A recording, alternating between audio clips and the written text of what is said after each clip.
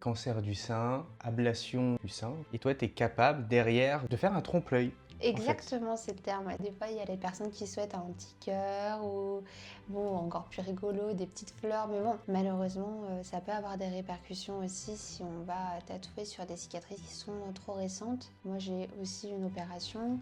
Je suis aussi complexée de à peu près toutes les zones. Ça m'a permis vraiment de me sentir mieux dans mon corps et je voulais que les personnes puissent ressentir ça en fait. Je me souviens qu'à l'époque, on arrivait et puis disait allez, c'est parti, ça c'est ton dessin, on y va. Et toi, tu étais là, genre un petit peu en mode ok, je vais pas trop le vexer. Dans ce contexte-là, toi, t'oses pas en fait. Donc du coup, tu te fais tatouer, puis potentiellement tu regrettes. En fait, tu veux pas faire vivre aux autres les mauvaises expériences que tu as vécues. Bonjour Marion. Bonjour Natacha. Aujourd'hui, on va parler de tatouages un peu particuliers qui sont les tatouages sur des cicatrices. Oui, Tu as suivi une formation spéciale qui te permet de tatouer sur des cicatrices, c'est bien ça? oui, c'est ça. J'ai fait une formation pour les cicatrices, crêpes de peau et aréoles. Merci, elle reste de confirmer. Qu'est-ce qui t'a amené à faire cette formation? Parce que je trouve ça intéressant, déjà, c'est des textures de peau qui sont différentes d'une peau d'un modèle qui va être, on va dire, non lésé. Donc du coup, c'était intéressant d'avoir l'avis de praticien pour être sûr de bien faire sur des zones qui sont peut-être plus sensibles. Parce que, en fait, ce genre de tatouage, ça s'applique à qui exactement?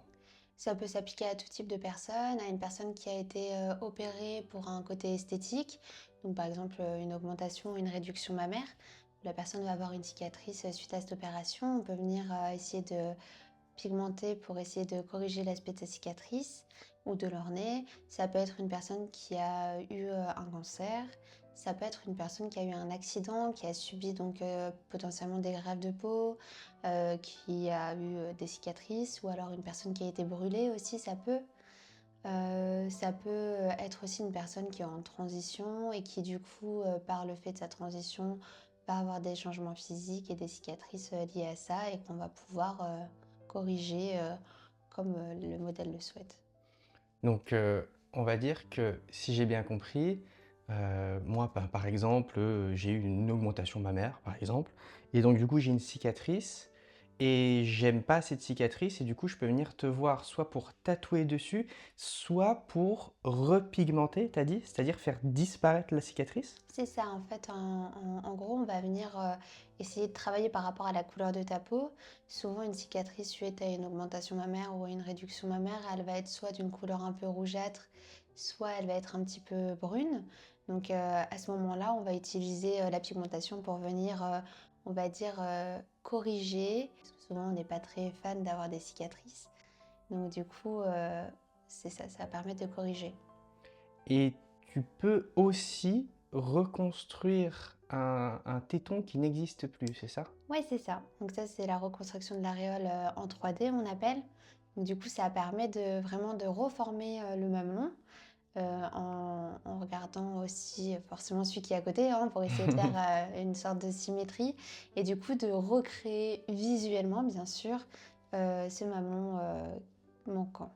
Donc typiquement, cancer du sein, ablation du sein. Et toi, tu es capable derrière de redessiner, de faire un trompe-l'œil, en fait. Exactement, c'est le terme. Ouais. C'est exactement faire ça. L'idée, c'est de faire un trompe-l'œil parce que malheureusement, on va pas pouvoir recréer des zones qu'on n'a pas. Mais par contre, l'illusion est déjà vraiment satisfaisante et ça fait du bien, je pense, quand on est une personne qui vient de subir une opération. Et en plus, on en parlait en préparant l'interview, t'es pas forcément obligé de refaire un mamelon rond. C'est-à-dire que tu peux faire des formes particulières si la personne le veut. Oui, c'est ça. Des fois, il y a les personnes qui souhaitent un petit cœur ou, bon, encore plus rigolo, des petites fleurs. Mais bon, il y a quand même une majorité de personnes qui souhaitent avoir des tétons, on va dire, qui correspondent aux standards dont on a l'habitude. Après, je pense que tout est possible. C'est ça qui est rigolo. Et mais surtout que, alors, on va dire que principalement, c'est effectivement plutôt des personnes qui ont un complexe avec ces cicatrices ou avec leur poitrine, mais pas que, hein, parce que de toute façon, là, on parle de la poitrine, mais ça peut être n'importe où du moment qu'il y a Exact. une cicatrice. Mais techniquement, quelqu'un qui n'a pas de problème et qui veut juste esthétiquement avoir, des mamelons en forme de cœur, tu es capable de le faire. Oui. Dans cette formation que tu as suivie et puis même plus globalement, bah, cet aspect de ton métier, est-ce qu'il y a un aspect, médical et psychologique, particulier? Il y a toujours un aspect, psychologique dans le tatouage déjà, mais effectivement d'autant plus, sur, la pratique où, on vient aider à une personne à faire disparaître ou à amoindrir, on va dire, son complexe. Donc il y a toujours une part psychologique. Il y a une part médicale où forcément si on vient d'avoir une opération, soit je vais demander d'avoir quand même, l'avis du chirurgien pour être, certaine que, bah, c'est bon pour le tatouage, que la cicatrice ne va pas encore évoluer. Mais souvent, on travaille quand même avec les médecins pour être sûr justement que tu aies une belle évolution. Si ta cicatrice, elle est trop récente, et bah forcément, on va peut-être se dire, oh, bien, on attend encore quelques mois. Mais tout ça en accord avec le médecin parce qu'il n'y a que ton médecin ou ton chirurgien qui va pouvoir dire, oui, c'est bon, let's go. Ou alors, vaut mieux peut-être attendre encore 5 minutes. En gros, c'est pas quelqu'un qui dit, «Je viens de me faire opérer, c'est bon, tu vas faire la cicatrice», tu vas tatouer la cicatrice et toi qui dis: «Bon, bah, mets-toi, sur la table, on y va». Il y a quand même tout un processus. Éthiquement parlant, moi, je préfère quand même avoir l'avis du chirurgien. Encore mieux, souvent, on essaie de rentrer en contact, c'est-à-dire de voir ensemble, soit se passer un coup de fil, ça peut être possible si la personne en a besoin, ou juste écrire un petit mail pour dire, bah, écoutez, vous en pensez quoi, etc. Donc, je pense que c'est important d'avoir un avis médical parce qu'on est tatoueur, on n'est pas médecin et que malheureusement, ça peut avoir des répercussions aussi si on va tatouer sur des cicatrices qui sont trop récentes. Ça peut impacter, bah, la cicatrisation de la cicatrisation du tatouage et du coup, par le fait, l'esthétisme aussi forcément. En préparant l'interview, tu me racontais que toi, tu es formé à tatouer sur des cicatrices et en plus, tu as un aspect, on y reviendra plus tard, hem, il y a toute une dimension, d'accompagnement dans le tatouage, avec toi, mais n'importe quel tatoueur peut dire: «OK, je vais te tatouer sur une cicatrice», sans avoir suivi une formation particulière, sans avoir pratiqué avant, parce que tu nous expliqueras après que c'est quand même pas la même chose de tatouer sur une cicatrice et sur une peau où il y a pas de cicatrice et donc malheureusement, n'importe qui pourrait faire des tatouages, comme ça. Absolument. La repigmentation, tout le monde peut un jour se dire: «Oh bon, bah, let's go, je vais faire ça». Malheureusement, bah, il y a quand même, des choses à prendre en considération, que ça soit la bienveillance que tu vas avoir avec ta modèle ou que ça soit, juste l'aspect technique, en fait, qui diffère, d'un tatouage sur une zone où la peau, n'est pas abîmée. Il y a aucune norme juridique qui te demande.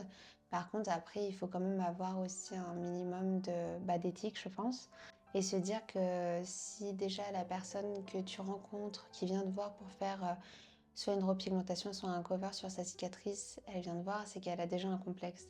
Donc par respect pour la personne, je pense qu'on se doit d'être renseigné et formé sur les différentes textures de la peau, les différentes indications et contre-indications par rapport à la lésion, que ça soit une cicatrice, une brûlure ou une création de mamelon, c'est pas du tout les mêmes techniques.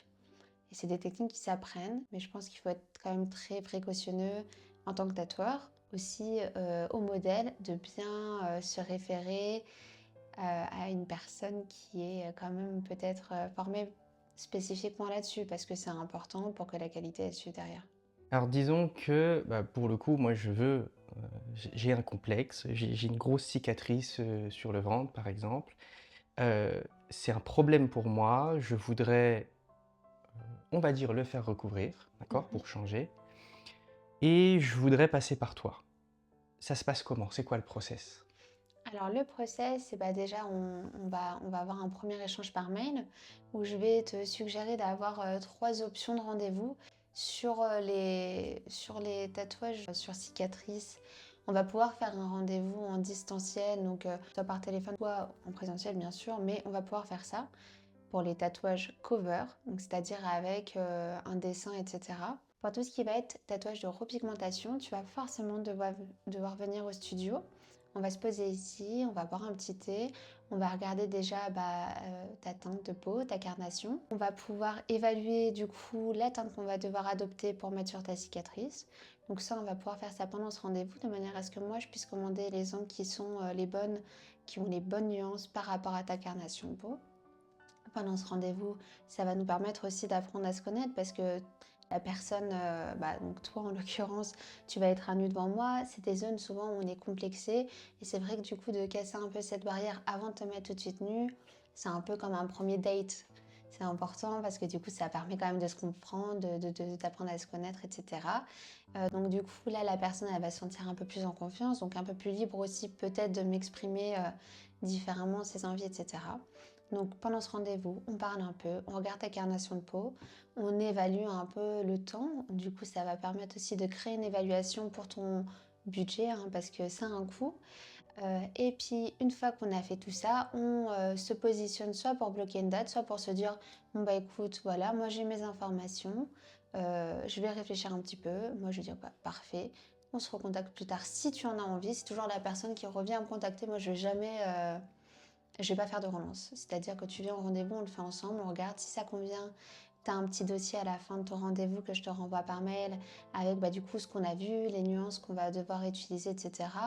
Et puis ce petit dossier, toi tu peux le garder. Donc c'est-à-dire que le temps de ta réflexion, si ta réflexion dure 6 mois, au moins tu as juste à me renvoyer ton dossier.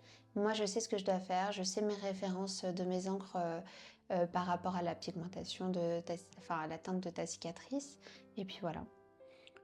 Je pense que pour quelqu'un qui est dans cette situation, c'est assez rassurant d'avoir, un rendez-vous préalable, qu'on passe pas sur la table tout de suite, que tu commences pas à tatouer tout de suite et peut-être effectivement, qu'on puisse faire connaissance et que je puisse me sentir, à l'aise pour ce genre de tatouage qui, plus que la normale, sont des tatouages qui sont un peu particuliers, parce que comme tu le disais, ça touche souvent à un complexe, à une maladie, à quelque chose dans le genre. Oui, je pense que c'est important et puis je le ressens souvent avec mes clientes qui arrivent avec forcément un peu d'appréhension, de se mettre à nu.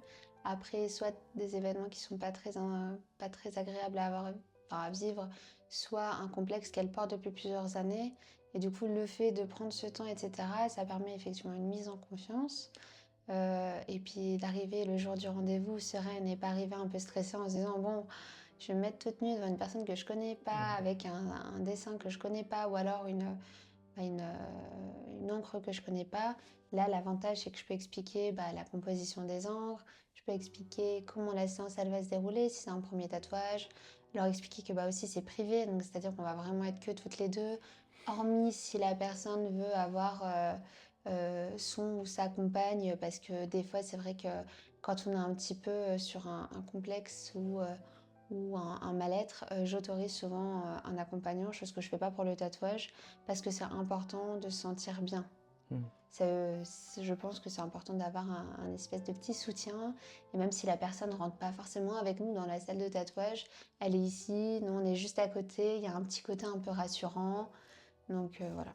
Mais je vois que tu t'accordes une attention particulière aussi à l'état psychologique des personnes qui viennent, se faire tatouer. Alors même de manière classique, d'ailleurs, puisque tu fais des rendez-vous, aussi pour n'importe quel type de tatouage. Mais je sens que tu insistes particulièrement sur cet aspect-là pour ce genre de tatouage. Ouais, mais je pense que c'est important. Mais je pense que ce serait intéressant du coup, pour une prochaine vidéo qu'on puisse faire intervenir quelqu'un. Ouais, avec plaisir. Je pense que je pourrais contacter une de mes modèles qui sera ravie de nous expliquer un peu son expérience, avec qui j'ai fini en plus le projet. Donc du coup, ça Voilà. permettrait de voir tout, même de parler peut-être des sensations aussi qui sont différentes. C'est-à-dire qu'elles sont différentes, les sensations. Les sensations, elles vont vraiment différer, je pense, d'un tatouage normal, dans le sens où potentiellement, on va pas avoir les mêmes terminaisons nerveuses. Pourquoi? Parce que si c'est une personne qui a une greffe de peau, ça va différer. Si tu as une opération de la poitrine, juste une opération, on va dire, esthétique ou une opération suite à un cancer, donc avec une ablation potentielle du mamelon, ça va être différent. Je sais que moi, j'ai une cliente qui a eu un accident et en fait, suite à cet accident, elle a eu différents types d'opérations. Donc elle a eu des points de suture sur, une partie de la jambe, elle a eu des greffes de peau sur une autre partie, et du coup, ses sensibilités différaient en fonction, des lésions qu'elle a pu avoir et des soins qu'elle a pu avoir. Donc du coup, supposément que, en fonction aussi des zones, ça allait différer, c'était pas les mêmes sensations que moi j'aurais pu avoir.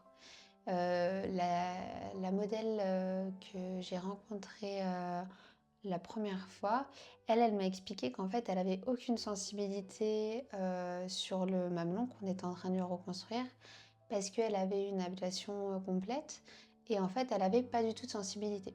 En fait, sur la deuxième la la la 2e, partie de son opération sur la poitrine qui n'avait pas subi d'ablation, elle m'a dit que, bah, là, par exemple, elle avait vraiment plus un petit côté un petit peu sensible au niveau du mamelon. Donc je pense que du coup, faut, peut-être voir ça. C'est que déjà la sensibilité diffère de manière générale d'un modèle à un autre sur les tatouages qu'on va dire, plus classiques avec des dessins. Mais là, sur des zones qui ont été lésées, ça va être encore plus différent, que ce soit une greffe de peau, que ce soit une brûlure, que ce soit juste un petit point de suture à un endroit ou à un autre, ou alors que ça soit après une opération plus lourde. Donc en fait, on peut pas dire que ça fait plus mal ou moins mal qu'un tatouage entre guillemets «classique». En fait, ça dépend. Ça dépend, il y a même carrément des personnes qui sentent rien. Ma modèle qui a eu ces opérations sur les jambes, il y avait des zones où elle me disait, mais moi je sens absolument rien. Et ça, c'était quand même assez perturbant pour moi. Et de ton côté, alors du coup, qu'est-ce que ça change dans la pratique technique de ton métier? Dans la pratique technique, ce qui change, ça va être de s'adapter en fait, par exemple sur, une même zone de corps à avoir différentes textures de peau. C'est-à-dire que sur une zone, admettons, où on va avoir une greffe, on va prendre par exemple la cuisse, tu vas avoir eu, ta greffe de peau, sur un certain secteur, alentour, bah, du coup, tu auras une peau qui n'aura pas eu de lésion, donc qui sera, on va dire, plus à même, d'accepter le tatouage. La zone où tu as eu la greffe de peau ou alors la prise justement de peau, parce que souvent on prend la peau à l'intérieur des cuisses ou sur des zones comme ça, ce qui fait que tu as une peau plus fine en fait, parce que du coup, on t'a enlevé quand même une partie. Donc l'encre, elle va prendre différemment. Moi, je vais être peut-être plus douce, plus légère pour éviter de venir faire ce qu'on appelle fuser l'encre. C'est-à-dire, en fait, vu que ta peau est très fine, on va aller un petit peu moins loin parce que du coup, c'est un petit peu moins épais, ce qui est logique, hein. Donc du coup, forcément, bah, sur une même zone, si tu as eu un endroit où on t'a prélevé de la peau pour effectuer une greffe, et bah, cet endroit où on t'a prélevé la peau va être plus fine, donc forcément je vais être plus douce. Sur la zone où tu as une cicatrice qui peut être juste à côté, hein, où tu as eu par exemple des points de suture ou potentiellement tu peux avoir une cicatrice un peu boursouflée, ça ne veut pas dire que le chirurgien était mauvais, hein, c'est que toute cicatrice dépend aussi des gens. Et bah peut-être que là, du coup, je vais encore avoir une technique différente. Et il faut faire ça, en fait, il faut un peu switcher. Et c'est-à-dire que sur 20 centimètres, tu peux avoir 4 textures de peau différentes. Et il faut faire attention. Tu vas avoir la peau où tu vas avoir eu la greffe, la peau où tu auras eu la cicatrice, un autre côté de peau où, bah, je sais pas, potentiellement tu as été brûlé involontairement par ton fer à lisser comme moi tous les matins.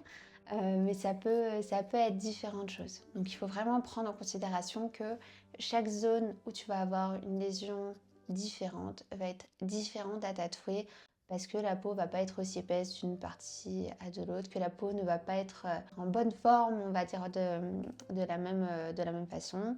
Donc du coup, pour que ton tatouage entier soit homogène sur une zone qui ne l'est pas, il faut vraiment être quand même assez précautionneux et prendre en considération tous ces éléments. Il y a une technicité à avoir, c'est ce que tu as appris lors de ta formation et lors de la pratique aussi. Au niveau de ton matériel, est-ce que tu utilises la même machine, les mêmes encres ou est-ce que tu as un matériel particulier pour ce genre de tatouage? Je vais utiliser peut-être un petit peu plus de matériel, spécifique, on va dire, pour prendre notamment des mesures si je fais, une création de mamelon. Mais par contre, globalement, au niveau de la machine, il va pas y avoir un changement. Au niveau de mes aiguilles, je vais pas avoir un gros, gros changement non plus. parce que j'avoue que ma petite méthode à moi, que j'ai depuis quelques années maintenant, bah, me convient bien et fonctionne très bien avec la repigmentation ou la création maman. Elle me permet d'être assez précise du coup. Je vais utiliser par contre des encres qui vont être différentes pour la repigmentation effectivement, parce que du coup j'utilise pas que du noir et du gris. Donc du coup je vais avoir des angles spécifiques. C'est pour ça que vraiment le rendez-vous avant un tatouage est important pour que je puisse commander pile poil ta teinte de peau, pile poil les angles qu'il faut. Et effectivement, du coup, pour le cas de la repigmentation, je peux pas t'envoyer des photos par mail en fait, je suis obligé de venir. Bah, je trouve que c'est mieux parce que malheureusement, quand tu vas me faire une photo, potentiellement que toi tu vas avoir une lumière jaune, moi je favorise une lumière blanche. Le fait que moi je les vois aussi de mes propres yeux, ça va être complètement différent. Même si on a des technologies incroyables et des photos incroyables, malheureusement quand tu les envoies, tu vas avoir une perte de qualité aussi qui va faire que je vais être moins précise. Donc en fait, on va peut-être perdre une teinte, mais cette teinte-là, c'est celle qui change absolument tout. D'accord. Ouais, super important de faire un rendez-vous avant alors. Ouais, je pense que c'est très très très important. Enfin, c'est même quasi obligatoire à mon sens. Ça a un impact quand même ce genre de tatouage sur les femmes, pas que d'ailleurs, mais on pense tout de suite à ça pour effectivement des cancers du sein, et cetera. Le but, c'est vraiment de faire disparaître autant que possible ces complexes et que ces femmes et ces hommes d'ailleurs puissent retrouver une confiance en soi, une acceptation d'eux-mêmes. C'est ça. Bah, c'est vrai qu'on parle souvent des femmes et on oublie aussi que bah, toute personne peut être complexée, qu'on soit une femme ou un homme. Et du coup, bah, en fait, d'aider à faire s'estomper ces complexes ou à les faire complètement disparaître pour certains cas, et bah, c'est vrai que enfin, c'est très aidant. Je sais personnellement, parce que tu m'as déjà tatoué maintes et maintes fois, on en a aussi déjà parlé dans nos vidéos, avec toi, on a une attention toute particulière à l'accueil. Comme on le disait à l'instant, on fait un rendez-vous préalable, on a un temps de réflexion. Je sais que quand on se fait tatouer par toi, tu t'intéresses à la douleur de la personne et t'hésites pas à écourter la séance à cause de la douleur de ton modèle. Qu'est-ce qui fait que tu portes autant d'attache à l'accompagnement? Et deuxième question, qui peut-être va venir complémentaire. Qu'est-ce qui fait au-delà de ça que tu t'es lancé, tu t'es formé dans les tatouages sur des cicatrices? La première chose, c'est que j'ai eu plusieurs expériences moi-même du tatouage. Ils sont pas du tout ce petit truc où ils prennent le temps avec toi, où ils disent bon bah voilà là je t'ai fait ce dessin, mais attention, t'as le droit de réfléchir, t'as le droit de pas être d'accord. Je me souviens qu'à l'époque, on arrivait, puis ils disaient allez, c'est parti, ça c'est ton dessin, on y va. Et toi, tu étais là, genre un petit peu en mode ok, je vais pas trop le vexer parce qu'en même temps, il va quand même me tatouer. Mais en fait, elle te dit pas genre il faut que tu sois sûr, sois certain, t'as le droit de pas être. T'as le droit de pas être amoureuse de ce dessin, c'est ok, viens, on fait ce petit pas. Donc en fait, dans ce contexte-là, toi, t'oses pas en fait. Donc du coup, tu te fais tatouer, puis potentiellement tu regrettes. Et puis t'en arrives à des cas extrêmes comme moi où je me suis fait enlever mes tatouages au laser. Donc ça, je pense qu'on pourra aussi peut-être développer ça sur une autre vidéo, ça peut être intéressant. Et en fait, il y a eu donc cette première phase de moi, mes expériences avec les tatoueurs. Il y a eu une autre phase de mes expériences avec mes tatoués quand j'ai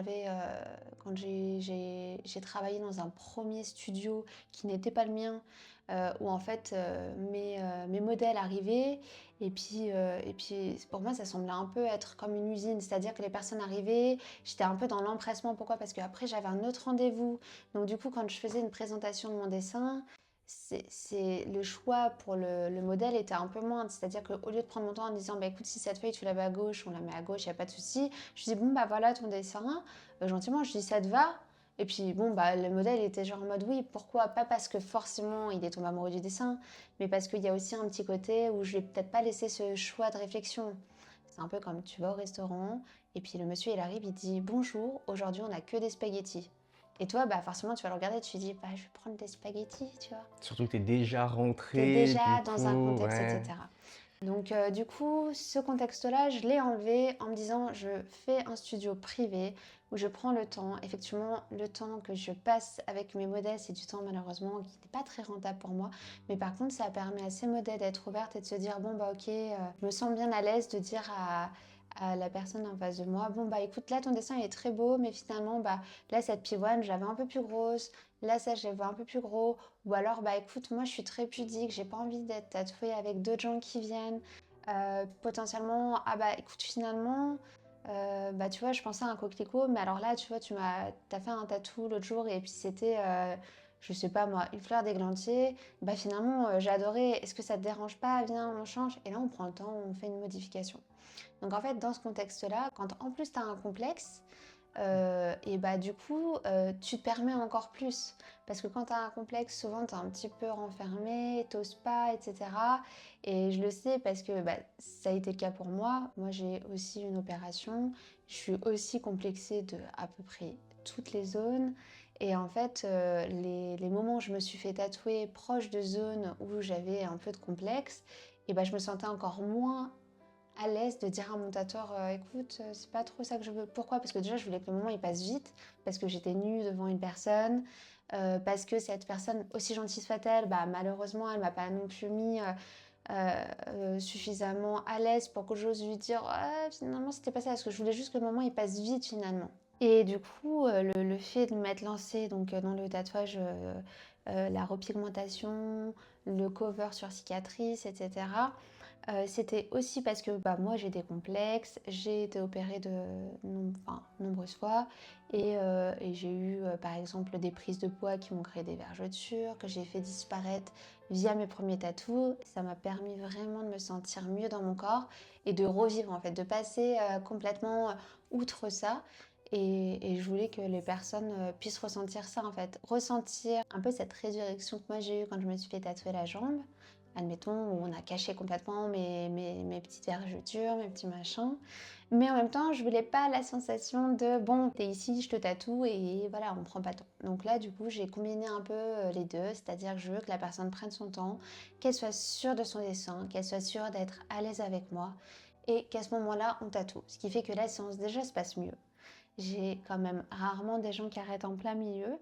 Et si effectivement je sens que la personne commence à avoir trop de sensibilité, mais on arrête, c'est pas grave. Enfin, en vrai, on se revoit. On est quand même à Lyon, c'est très bien desservi. Donc que tu habites à Genève ou même au Canada, tout est proche. Donc il n'y a vraiment pas de timing fixe. Si la personne au bout de 2 heures, eh ben, elle décide qu'elle a trop mal, enfin c'est pas qu'elle décide, c'est son corps lui dit j'ai mal, on arrête, c'est pas grave. C'est pas grave et c'est même mieux d'ailleurs. En fait, tu veux pas faire vivre aux autres les mauvaises expériences que tu as vécues. Je veux pas faire vivre aux autres, non pas les mauvaises expériences, mais le fait que j'ai pas su dire à la personne que j'étais potentiellement bah, un peu trop complexée ou pas forcément en accord. Je veux leur laisser cette opportunité de me dire bon bah écoute là finalement peut-être que je suis pas sereine, peut-être que je suis pas sûre et qu'elles se disent que c'est pas grave et que moi je vais pas lui en vouloir quoi, qu'elle peut même repartir son tatouage. Le fait déjà d'avoir passé cette première étape, bah, ça enlève un petit complexe pour les prochaines à venir. On vient te voir pour passer un moment particulier, un moment privé et repartir avec un tatouage. C'est ça, dans le fond. Et comment on peut te contacter du coup? Bah, via mon site internet, c'est pratique, ou par mail. Mais sinon, tu peux aussi me contacter par Instagram où je peux te donner mes petites informations. Ok, bon, on mettra tout en description là. Super. Merci Marion. Merci Natacha.